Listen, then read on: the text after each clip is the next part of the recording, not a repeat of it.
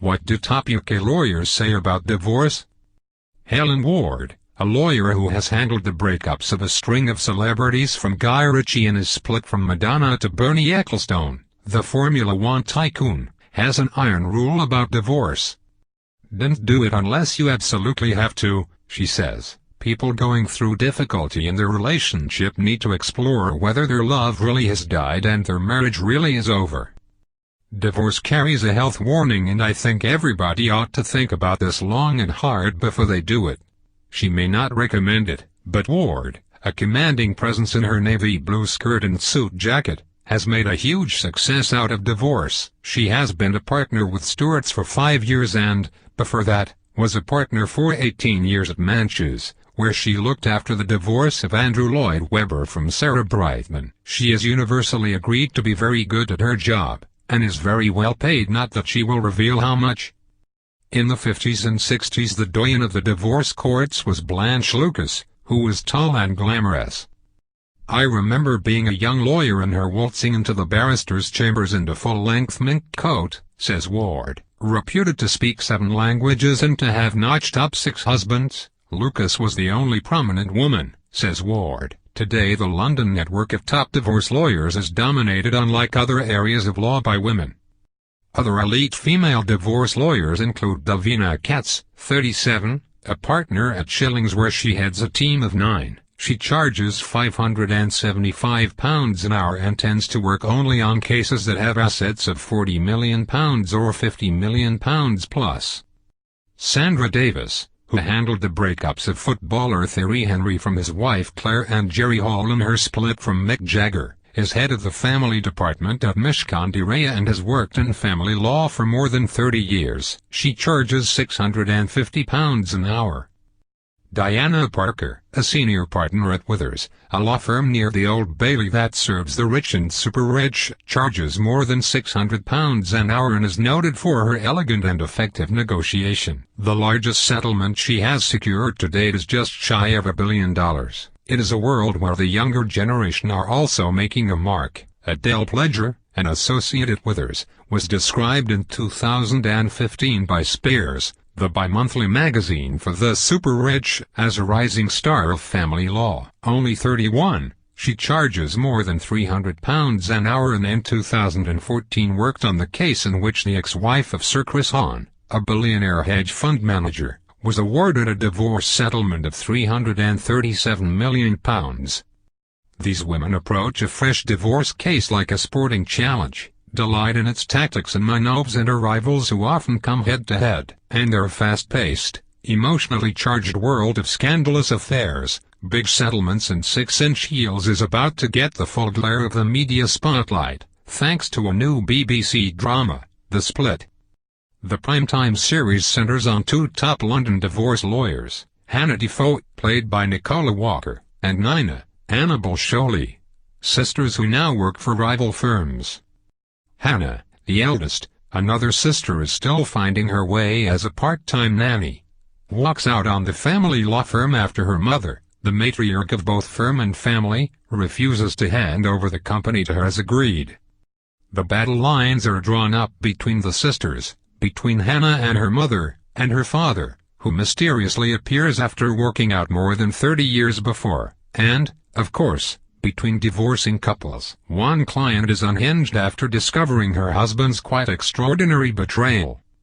But talking to real-life female divorce lawyers, it's clear the truth can be crazier than fiction. The 4 we spoke to have more than 130 years experience between them and have seen huge changes in the past 20 years, linked to an influx of big money. London attracts people who just have ludicrous amounts of money, Diana Parker says. Asian entrepreneurs, Russian tycoons, European bankers. The more there is, the greater the avarice, says Davina Katz. People rarely fight over what they need, they are fighting over what they want, and want can be driven by revenge, anger, not wanting another woman to have what you regard as rightfully yours. Granny chaise longue, a tea set, the husband's Matchbox collection. That's not a collection of Matchbox toy cars, it's matchboxes he collected from all around the world. She set it on fire in the end, says Sandra Davis, listing some of the things couples argue over. We've had to negotiate contact arrangements for dogs, how often the dog will see each of the partners. Under English law, dogs are considered property, just like cars or furniture. The oddest I ever had was a couple fighting over a photograph of the dog that did seem truly silly, says Parker. I had a case recently where a wife's needs included a clothing, shoes and accessories budget of nearly £1 million a year, says Katz. Much as that sounds absurd, it was in the context of a case where there were £2 or £3 billion in terms of assets. The cases they handle may also feature acts of terrible revenge, such as slashing a husband's suits to shreds and pouring his entire vintage wine collection down the loo, it was Chateau Lafite, etc., recalls Sandra Davis. Or throwing clothes out onto the street, tearing up documents or telling all on social media, including to work colleagues on Facebook. I've managed to stop my clients doing that, says Adele Pledger, because it can create a sideline litigation for libel. English courts have become particularly appealing for spouses of wealthy partners, as the financially weaker party in the relationship, typically the wife, now receives half, rather than a third, of her husband's assets acquired during the marriage. A landmark case in 2000 of White v. White, a farmer and his wife who divorced after more than 30 years of marriage and had assets of over £4.5 million, set a precedent of splitting assets 50/50, as a way to compensate wives for the non-financial contribution of caring for children.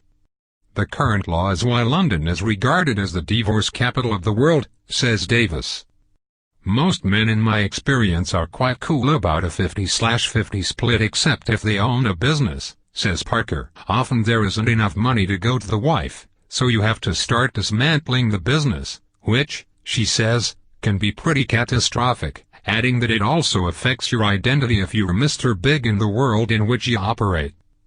Secreting money away before asking for a divorce is common, adds Pledger. A wife might come to me and say, I think we have £10 million of marital assets. Then you get this disclosure opening bracket. Couples have to be entirely open about all aspects of their finances and submit bank statements, salary slips closing bracket, and it's £2 million. The husband may have done some preliminary rearranging of finances, transferring money into the accounts of his brother, cousin, friends, moving it offshore long before his wife even knew the marriage was over. Bank statements can also reveal intimate secrets to the lawyer. It's quite rare that a wife isn't aware that her husband has used prostitutes, but telling her how often can be hard. Revealing that a husband took an escort on an expensive holiday may be even harder.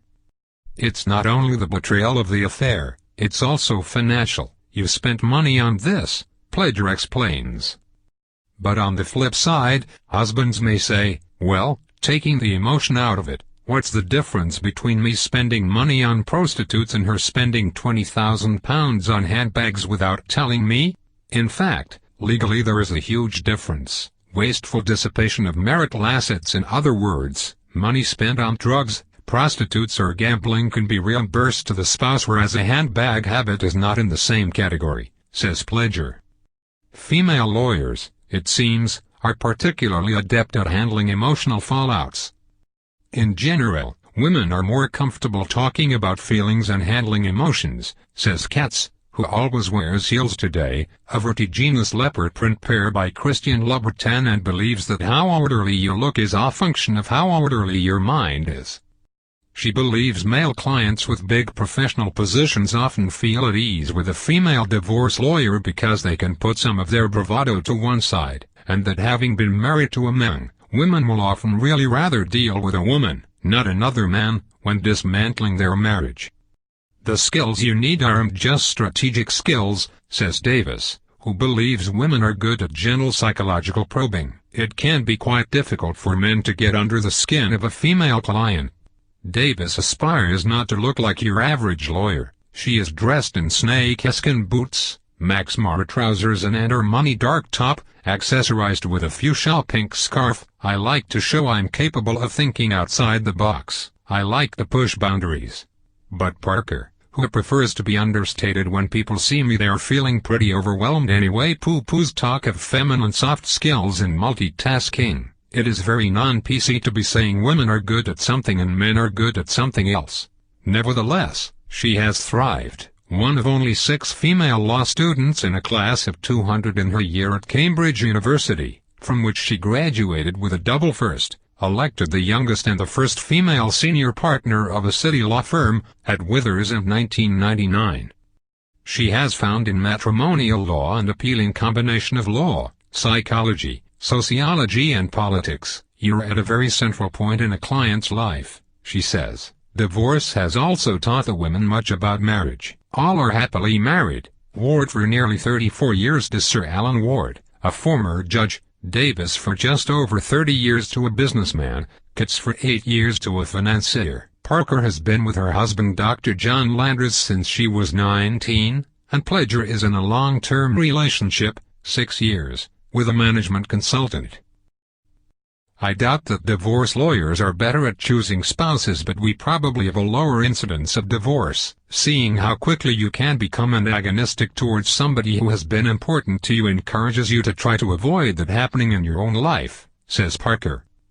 The day job is a gruesome catalogue of human beings doing dreadful things to each other, so you do tend to go home and invest in your marriage, Katz agrees. And having seen divorce up close, they have worked out how cracks can appear in a marriage. What I often find at the end of the process is that men have regrets. Pledger. A lot of women think they can stop having sex with their husband and the husband won't notice, and that's just a bit mad in my book, says Parker. You have to have intimacy in a relationship to keep it going. If you don't have a sex life, then your marriage is in danger. We're a disposable society, and to some extent that's what's happening in relationships, too, says Davis. Some people think that instead of solving the problem in a marriage by going into therapy or making changes, it's just easier to get a new model. They don't realize the pain that lies ahead of them. Divorce is an absolutely appalling experience, and it's difficult when you're going through it to believe it's ever going to end. But it does pass, says Katz. And normally, says Pledger, it's the man who will regret it more. What I often find at the end of the process is that men have regrets. They may have run off and had their fun, had an affair, and maybe that hasn't worked out. Then all of a sudden they can find themselves completely alone, and wish they'd never started the divorce process in the first place.